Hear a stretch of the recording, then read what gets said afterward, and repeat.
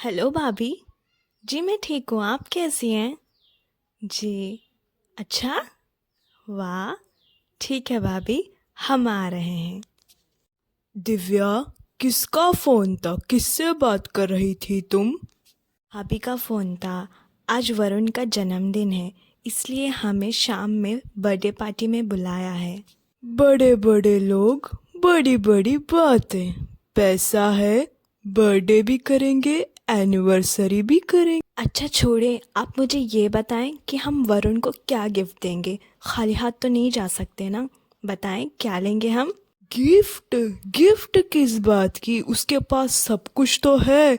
उसके बाप ने उसके हर फरमाइश करने वाली हर चीज तो दी है। फिर हमारे गिफ्ट का क्या करेगा तुम्हारा वरुण?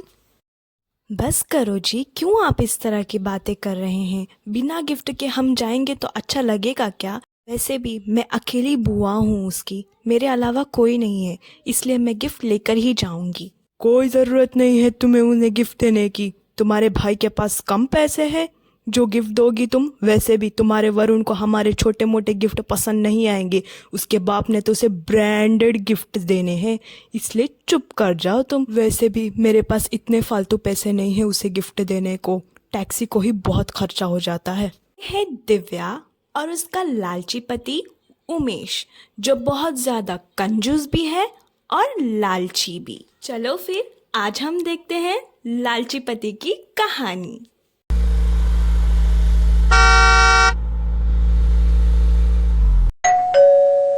अरे दिव्या और उमेश भाई, मैं तो आप लोगों का ही इंतजार कर रही थी। चलो मैं आपके लिए जूस लेके आती हूँ, आप लोग बैठो। दिव्या, तुम यहाँ क्यों खड़ी हुई हो? जाओ अंदर जाकर बैठो। कोई परेशानी है क्या? भाभी, मैं वरुण के लिए कोई तोहफा नहीं लेके आई। मैं अगली बार जब आऊंगी ना तो बहुत अच्छा तोहफा लेकर आऊंगी। इस बार थोड़ी देर हो गई भाभी। दिव्या छोड़ो ना, तुम ऐसे क्यों कह रही हो? तुम आई, यही तो बड़ा तोहफा है वरुण के लिए। और वैसे भी तोहफे से क्या होता है, प्यार से तो होता है। जाओ वरुण, केक काटो बेटा। सब लोग आ गए हैं, तुम्हारे पापा बुआ सब लोग। चलो केक काटो। ये है दिव्या के भाई, भाभी और उनका बेटा। दिव्या के भाई धर्मेश का खुद का सुपरमार्केट है और वे अमीर भी है। इतने अमीर होने के बाद भी धर्मेश और इनकी बीवी ललिता दिव्या को कभी खुद से अलग नहीं करते।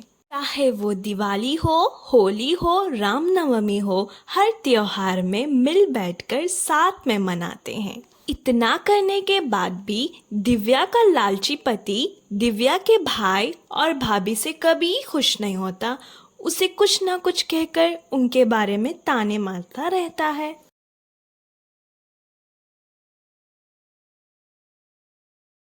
तुम्हारी भाभी और भाई ने कुछ कहा क्या कि हम कोई तोहफा नहीं लाए वरुण के लिए?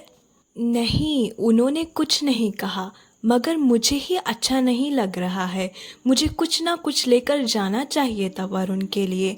आपने मना किया, वरना मैं कुछ ना कुछ ज़रूर लेके जाती। अच्छा किया हम नहीं लेके गए। देखा नहीं था कितने सारे गिफ्ट्स मिले थे वरुण को।